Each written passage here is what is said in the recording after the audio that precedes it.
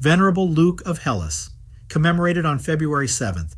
Saint Luke of Hellas was a native of the Greek village of Castoria. The son of poor farmers, the saint from childhood had toiled much, working in the fields and shepherding the sheep. He was very obedient to his parents and very temperate in eating. He often gave his own food and clothing to the poor, for which he suffered reproach from his parents. He once gave away almost all the seed which was needed for planting in the fields. The Lord rewarded him for his charity, and the harvest gathered was greater than ever before. As a child he prayed fervently and often. His mother saw him more than once standing not on the ground, but in the air, while he prayed. After the death of his father, he left his mother and went to Athens, where he entered a monastery. But through the prayers of his mother, who was very concerned about him, the Lord returned him to his parental home in a miraculous manner. He spent 4 months there. Then, with his mother's blessing, he went to a solitary place on a mountain called Iannou, or Ioannitsa. Here there was a church dedicated to the holy unmercenaries Cosmas and Damian, where he lived an ascetical life in constant prayer and fasting. He was tonsured there by some elders who were on pilgrimage. After this, St. Luke redoubled his ascetic efforts, for which the Lord granted him the gift of foresight. After 7 years on Iannou, the saint moved to Corinth because of an invasion of the Bulgarian armies.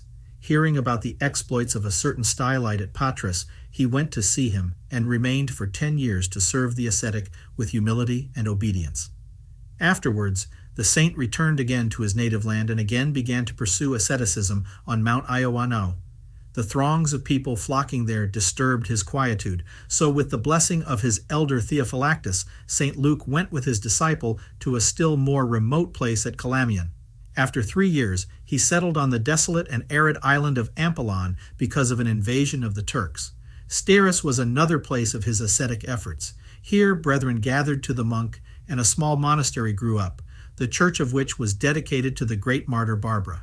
Dwelling in the monastery, the saint performed many miracles, healing sicknesses of soul and of body. Foreseeing his end, the saint confined himself in a cell and for 3 months prepared for his departure. When asked where he was to be buried, the monk replied, "Throw my body into a ravine to be eaten by wild beasts."